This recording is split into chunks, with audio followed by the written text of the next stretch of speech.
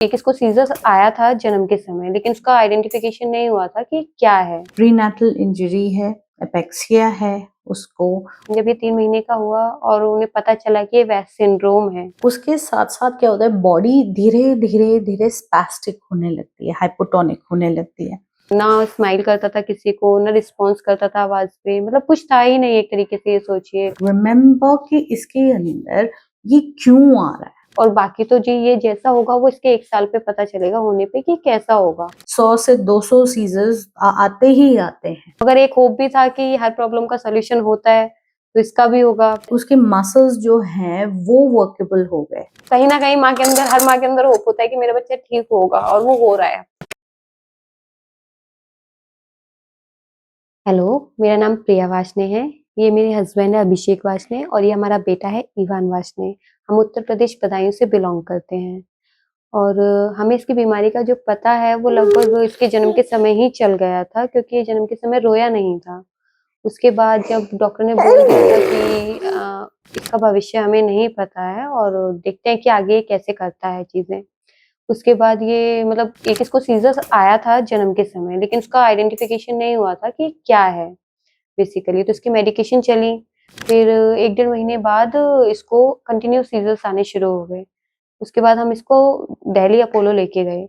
वहाँ से डॉक्टर ने इसकी मेडिकेशन मतलब चेंज की और चालू की जो उन्हें करनी थी।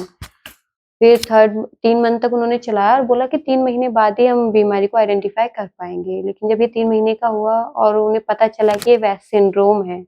वेस्ट सिंड्रोम में ये होता है कि बच्चा डेवलपमेंट डिले में पहुँच जाता है। वो चीज़ें देर से करने लगता है या करता ही नहीं है। जैसे इसका 5 मंथ तक कोई नेक होल्डिंग नहीं था ठीक, और ना स्माइल करता था किसी को, ना रिस्पॉन्स करता था आवाज़ पे, मतलब कुछ था ही नहीं एक तरीके से, ये सोचिए। खाली रोता था कि मुझे भूख लगी है, बस दूध चाहिए, दैट्स ऑल। यही था इसके अंदर। ठीक है, और तो डॉक्टर ने तो बिल्कुल यही बोल दिया था कि हम बता नहीं सकते ये बच्चा आगे कैसा रहेगा, हम बस इसको सीज़र्स की मेडिकेशन दे सकते हैं जिससे इसके सीज़र्स कंट्रोल रहेंगे, और बाकी तो जी ये जैसा होगा वो इसके 1 साल पे पता चलेगा होने पे कि कैसा होगा। हम इसको कोई मतलब कंट्रोल नहीं कर सकते कि कैसा होगा। और फिज़ियोथेरेपी बोला था, उसका भी यही था कि पता नहीं कि बच्चा कितना डेवलप करे फिज़ियोथेरेपी से, बट वही होप होता है कि फिज़ियोथेरेपी करानी है तो बस वही बोला था, फिज़ियोथेरेपी कराइए। उसके बाद जब हमें पता चल गया कि डॉक्टर ने, क्योंकि अब अपोलो हॉस्पिटल दिल्ली का सबसे बड़ा हॉस्पिटल है, जब उसके डॉक्टर ने ये बोल दिया कि नहीं कोई मतलब हम बता नहीं सकते, इसका कोई गारंटी नहीं कि बच्चा कैसा होगा, तो इतना तो पता चल ही चुका तो एलोपैथी में इसका कोई सॉल्यूशन नहीं है। मगर एक होप भी था कि हर प्रॉब्लम का सॉल्यूशन होता है, तो इसका भी होगा। तो सर्च करना शुरू किया फ़ोन पे, ऑनलाइन लोगों से पूछना शुरू किया। फिर एक दिन मैम की वीडियो ऐसे ही सामने आ गई यूट्यूब पे। जब उसे देखा, उसमें फिर और वीडियोज़ देखी, उसमें रिज़ल्ट्स देखे बच्चों के, काफ़ी अच्छा लगा देख के। So we're going to talk about Ivan's case, and Ivan is now 1 year and 6 months. जब हमारे पास आया था तो Ivan was 9 months, not more than that, और उसका अभी 4th set चल रहा है. Now, when we are talking about 4th set and the case about Ivan, पहली चीज इसकी हिस्ट्री क्या है? प्रीनेटल इंजरी है, एपेक्सिया है उसको, और वो हुआ क्योंकि रेस्पिरेटरी डिसऑर्डर था. दूसरी चीज उसको डिस्ट्रेस आ रहा था ब्रीदिंग में, एनआईसीयू में he was kept for several days. Third जो था वो उसकी ब्रेन के अंदर, इंटरनल ब्रेन के अंदर हैमरेज है, और साथ साथ में सेरेब्रल एडीमा था.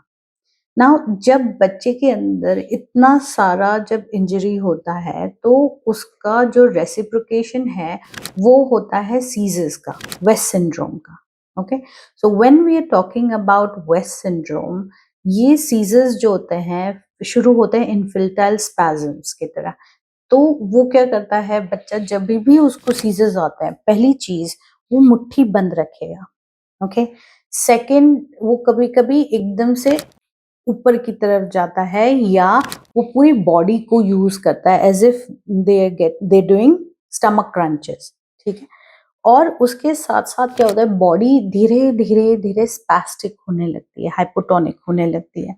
Now when we are talking about this, remember कि इसके अंदर ये क्यों आ रहा है. One is the dampness in the body. वो बच्चे के अंदर इतनी ज़्यादा डैम्पनेस है कि वो जो ब्रीथ जो होना चाहिए उससे वो हो नहीं रहा है। Secondly the body is getting more and more sick, okay? कैसे? क्योंकि उसकी इम्यूनिटी डाउन हो रही है। उसका जो ची एनर्जी है, जो वाइटल फोर्स है, वो लंग एनर्जी जो है वो भी डैम्प हो रही है, जो उसकी किडनी, लिवर और स्प्लिन है वो भी स्लो हो रहे हैं, right? So again you can know that जहाँ पे ब्लॉकेजेस आ रहे हैं वो ब्लॉकेजेस ही उसके ग्रोथ में हेल्प करता है। तो इसके अंदर भी जो है कान में इशू थे, so hearing issues, visual issues, swallowing issues, ना वो बैठ सकता था, ना वो रिकग्नाइज कर सकता था, ना वो कोई भी सो सकता था, हमेशा वो रोता रहता था because of the seizures. He had West syndrome, तो वेस्ट सिंड्रोम के अंदर समझ लीजिए कि 100 से 200 सीजर्स आते ही आते हैं, ठीक है? और वो किसी भी फॉर्म में आ सकते हैं, कभी वो क्लस्टर्स के फॉर्म में आएंगे, कभी वो थोड़े कम हो जाते हैं, कभी ज्यादा हो जाते हैं, because it is a structural damage. मैं मतलब पहले तो ये मैं कहूँगी कुछ भी नहीं करता था एक तरीके से, खाली इसको इतना पता था मुझे भूख लगी है और मुझे रोना है, दैट्स ऑल। मतलब वही सीधे लेटे रहना, कोई रोल ओवर नहीं था। 5 महीने में के बच्चे में काफ़ी कुछ आ जाता है, जो नॉर्मल बच्चे होते हैं उनमें, जैसे नेक होल्डिंग आ जाती है, बातों का रिस्पॉन्स करना आ जाता है, स्माइल करना आ जाता है, फैमिली लोगों को पहचानना आ जाता है। इसके अंदर कुछ भी नहीं था, इसमें तो कुछ भी नहीं। केवल इसको हाथ पैर चलाने थे और रोना था, बस इतना था, पड़े-पड़े। और जब हम यहाँ आए उसके बाद तो इसमें नेक होल्डिंग भी आई, इसमें बातों का रिस्पॉन्स करना भी आया है अब तो, इसमें इमोशनल अटैचमेंट भी आई है कि ये मेरे फैमिलियर लोग हैं, ये नहीं हैं, जानने लगा है और चीज़ों की तरफ अट्रैक्ट होने लगा है, टॉयज़ से खेलने लगा है। मैं कहूँगी उस टाइम से लेके अब तो ज़मीन आसमान का फ़र्क है। मैं तो ये कहूँगी सीधे-सीधे कि मेरे बच्चे को देखने वाले देख भी रहे हैं कि हाँ, कैसा है इस समय। और उस टाइम तो कुछ भी नहीं था, मैं होप तो बिल्कुल खो ही चुकी थी कि ये ठीक होगा भी। मगर वही कहते हैं कि कहीं न कहीं हर माँ के अंदर होप होता है कि मेरा बच्चा ठीक होगा और वो हो रहा है, बहुत ठीक हो रहा है। मैं तो यही कहूँगी बस कि हर कोई जानता है कि हर प्रॉब्लम का सॉल्यूशन होता है और कहीं न कहीं होता है। मैं ये कहूँगी कि कोई पेरेंट्स हार ना माने। ये नहीं कि अगर एक किसी डॉक्टर ने मना कर दिया आप उसको ये समझ लो कि नहीं अब कुछ होगा ही नहीं।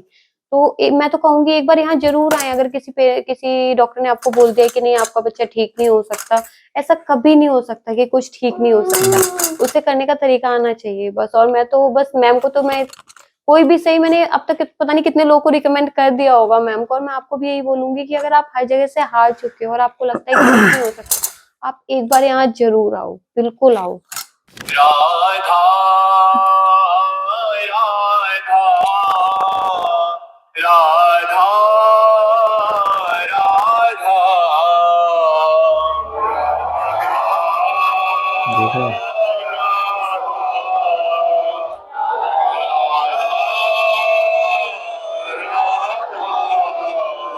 राधा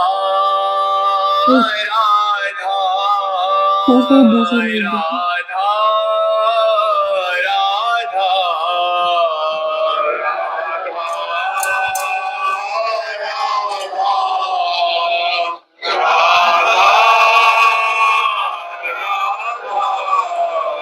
इससे दिखता है। और मैं तो बहुत खुश हूँ अपने बच्चे में ये चेंजेस देख के। तो मैं तो हर किसी को रिकमेंड करूँगी कि एक बार ज़रूर आओ यहाँ पे और देखो चेंजेस, खुद ही देख लो। मैं तो क्या ही बताऊँ। Thank you.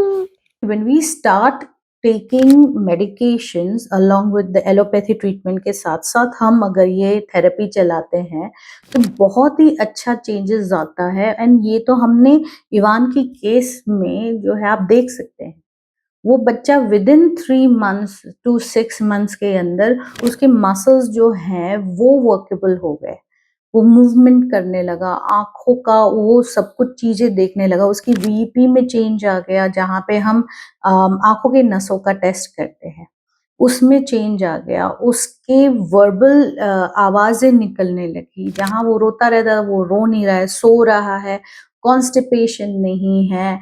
आप देखिए उसका जो पहले साँस नहीं ले पाता था, वो साँस प्रॉपर्ली ले रहा है, मम्मी-पापा को पहचान रहा है, शोर कर रहा है, आवाज़ कर रहा है, मस्ती कर रहा है, खेल रहा है।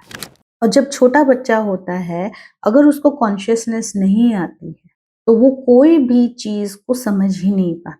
भले आप उसको कोई भी एक्टिविटी कराएंगे वो आएगा ही नहीं उसके अंदर activity, because first you need to unblock all of these damages that is already done.